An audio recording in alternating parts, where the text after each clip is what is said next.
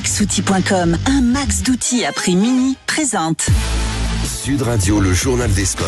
Il y a des journaux des sports qui sont plus joyeux que d'autres. Franchement, Jules Boscherini, bonjour. Bonjour Jean-Marie, bonjour à tous. Hier, le 15 de France a triomphé de l'Irlande. C'était à Dublin, c'était historique et vous l'avez vécu sur Sud Radio, la radio du rugby. Historique 42-17 pour une victoire totale des hommes de Fabien Galtier. 89% de réussite au plaquage pour les Bleus, 175 réussis pour 196 tentés. Des chiffres fous et pourtant, que ce fut dur pour nos Français. Toujours 0-0 après 20 minutes de jeu. Mais ce sont bien les Bieux qui ouvrent le score par l'inévitable Louis Bielbiarré et l'ailier bordelais qui s'offre même un doublé sur cette magnifique action qui permet aux tricolores de faire le break. Et le contre-rack des Bleus, ballon gagné avec Penon, plein axe comme un centre. Il a franchi la ligne médiane, il écarte pour Bielbiaré. La réception de Bielbiaré, les jambes de Bielbiaré. Le coup de pied à suivre rasant. Oui, peut-être pour laisser magnifique. Oh, incroyable essai. Oh, c'est un exploit. C'est un exploit. Ah oui, ça c'est beau. Un ailier en cache un autre et comme son pote Damien Penaud est un poil jaloux, il faut bien évidemment qu'il se fasse parler de lui et ça tombe bien. Quoi de mieux que d'égaler une légende pour cela. Il campe sur notre ligne mais nous on résiste. Oh, l'interception de Ramos. Il reste 80 mètres à courir. Il y a Penaud pour le record. Penaud pour le record. Il va égaler Sergio Ocon. C'est un cadeau de Ramos. C'est magnifique. Oh là là, c'est l'apothéose. On est triste pour Antoine, mais on est heureux pour Penaud. C'est le 5e essai des Bleus et surtout celui qui permet à Penaud d'égaler les 38 essais de Serge Blanco et de devenir le co-meilleur marqueur d'essais de l'histoire du 15 de France. Et justement, on en vient à cette ombre seul ombre au tableau et pas des moindres. Les Bleus perdent leur capitaine Antoine Dupont, sorti sur blessure à la 29e minute. Suspicion de rupture des ligaments croisés pour le meilleur joueur du monde à 7.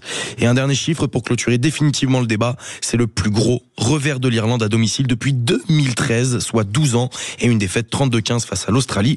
Rendez-vous samedi prochain face à l'Écosse pour aller chercher le 2e titre dans le tournoi de l'ère Galtier. Oui, et on était sur 2 défaites consécutives face à l'Irlande. C'est dire la performance d'avoir gagné avec cette manière à Dublin hier. Le football, la Ligue 1, l'Olympique de Marseille piégé dans les dernières secondes par Lens. Absolument Jean-Marie, très bonne opération d'ailleurs pour les nordistes qui l'emportent sur la plus petite des marques.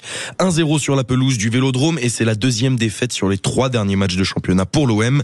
Dans les autres matchs de la 25e journée de Ligue 1, Paris s'impose sans trembler à Rennes 4-1. Lille gagne 1-0 contre Montpellier. Et suite et fin aujourd'hui avec 5 matchs dont cette affiche du bas de tableau entre Le Havre et Saint-Etienne à 17h15. Et à 20h45, Nice accueille l'OL avec un objectif, la 2e place du championnat. Ouais, allez, on reste dans le football. L'UEFA, la Fédération des clubs européens, publie son dernier rapport sur les finances des clubs en Europe. C'est compliqué, hein. Très compliqué puisque le rapport vient confirmer la situation paradoxale de la France sur l'échiquier footballistique. Depuis le Covid, les championnats européens sont en croissance de 10% par an, sauf la Ligue 1. Et c'est dommage puisqu'elle est frappée par la décroissance de ses droits TV. Les précisions de Vincent Chaudel, président de l'Observatoire du Sport Business. La situation devient critique, surtout pour les clubs n'ayant pas la possibilité de participer à une Coupe d'Europe. C'est le cas du Havre, actuel 16e, qui reçoit ce dimanche le 17e Saint-Etienne, ce qui ressemble déjà à un match capital pour le maintien. La saison passée, le budget des Havrais était de 35 millions d'euros.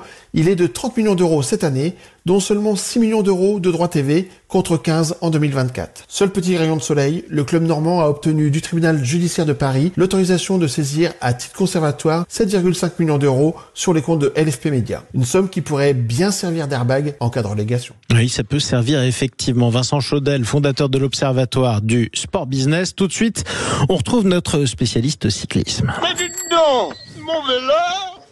Évidemment, c'était au Ampillac et pas Bourville. On va parler précisément de cyclisme avec Tadej Pogačar qui remporte les Strade Bianche pour la 3e fois de sa carrière. Et quelle victoire! Le champion du monde a encore frappé malgré une chute qui aurait pu tout faire basculer. Une course à suspense qui a tenu en haleine tous les amateurs de cyclisme et pas que. Retour sur cette 19e édition avec vous Théo Ampillac. Eh oui, cuissard déchiré, épaules en sang, Tadej Pogačar a franchi la ligne d'arrivée en héros sur la Piazza del Campo de Sienne, mais à 50 km de l'arrivée, l'arrivée. Coup de théâtre, le Slovène chute lourdement dans un virage mal négocié. Dans le fossé, tout le monde pense que c'est terminé pour lui, mais Pogačar se relève, change de vélo et revient sur son compagnon d'échappée, Tom Pidcock. Dans le Colle Pinsuto, Pogačar place une attaque tranchante. Le Britannique tente de s'accrocher, mais il lâche 1 mètre, puis 2, puis 3. À 18 km de l'arrivée, c'en est fini pour lui. Le Slovène file en solitaire et s'offre un 3e sacre sur les Strade Bianche. Derrière, Pidcock prend la 2e place. Timo Wellens complète le podium. Avec ce succès, Pogačar rejoint la légende Fabian Cancellara au palmarès. Et comme le veut la tradition des triples vainqueurs, un chemin blanc portera son nom la saison prochaine. Merci beaucoup Théo Ampillac. Merci à vous Jules Boscherini.